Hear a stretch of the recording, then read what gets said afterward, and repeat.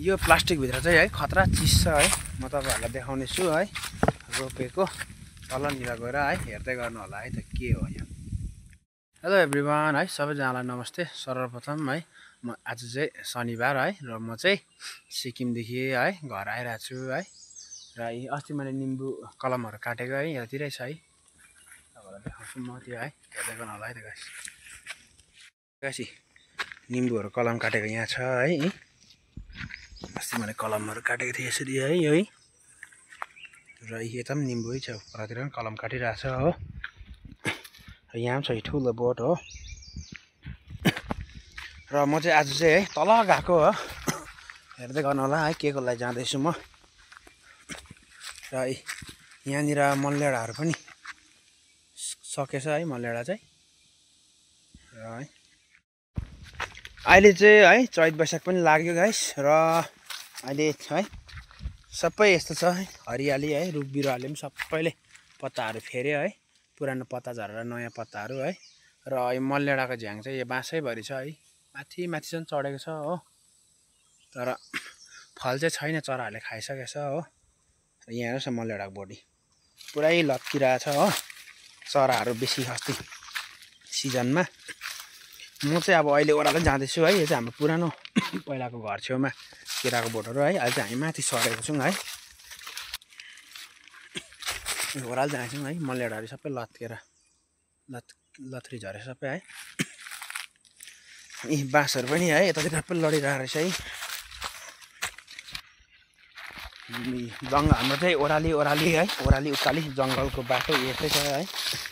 काश्मिरी धुपी रोपेको यता ठुलो भइसक्यो है। उकालो हेर्नुपर्छ अहिले त। यस्तै छ है बस्तीको यहाँ ढुङ्गामा हरेस परेछ लु, धुपी बिग्रिने डर हुन्छ है। र ढुङ्गा लडाइदियो मैले हो, जाँदैछु गाइस। यस्तै छ है जङ्गलै जङ्गल।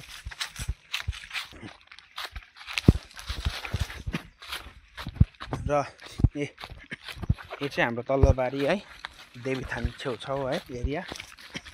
जाँदैछु ओह्रालो। र पहिला चाहिँ हामी केटाकेटी हुँदाखेरि चाहिँ आमा पापाहरू चाहिँ ल अदुवाहरू रोप्थेछ यो लाइनमा हो, पुरा खट्थेछ आमा पापाहरू चाहिँ।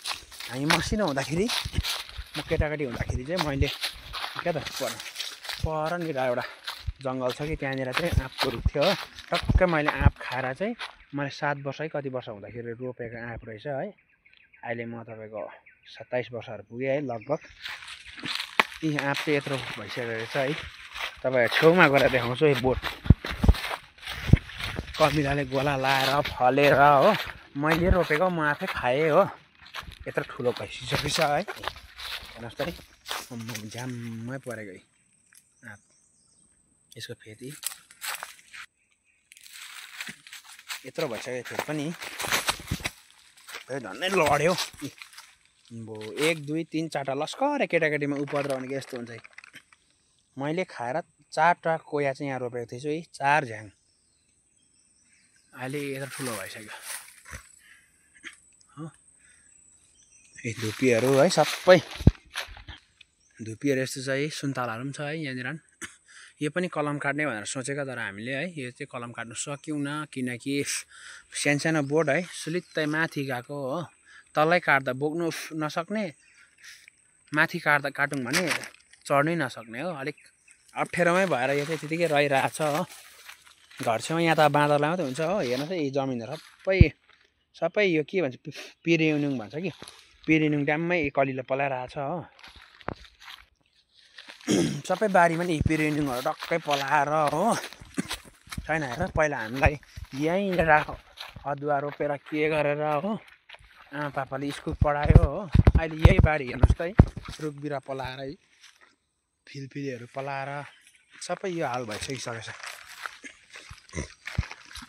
हेर्नुहोस् जङ्गली सुनाखरी हो, फुलिरहेछ हो, कति मजाको पहेँलो। म चाहिँ अहिले जाँदैछु तल है। जाँदा जाँदै तपाईँहरूलाई बाटोको दृश्य देखाएको है। र मैले यो कालो प्लास्टिकमा के छ भन्दै थिएँ तपाईँहरूलाई है, यो पनि देखाउने छु म चाहिँ है।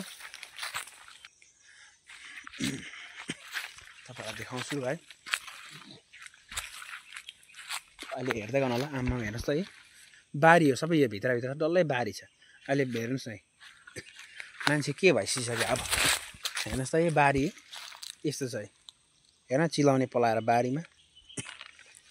अब चाहिँ सकेछ है दिनदिनै। अब चाहिँ हेर्नुहोस् त बारीको स्थिति यस्तो भइरहेछ।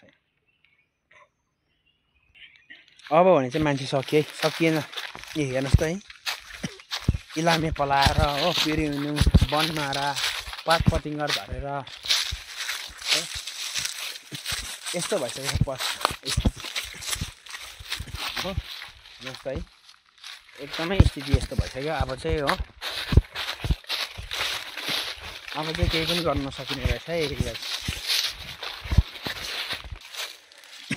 फाइनली म चाहिँ अहिले देवीथान पनि आइपुगेँ हो। यो चाहिँ हाम्रो देवीथान यहाँ है, हाम्रै बारीको सिमानामा तल हो। यो बाटोतिर यस्तो पातपतिङ्गर झरेर सबै वन हो। एकजोट देवीथान चाहिँ यहाँ माथि छ अरू है।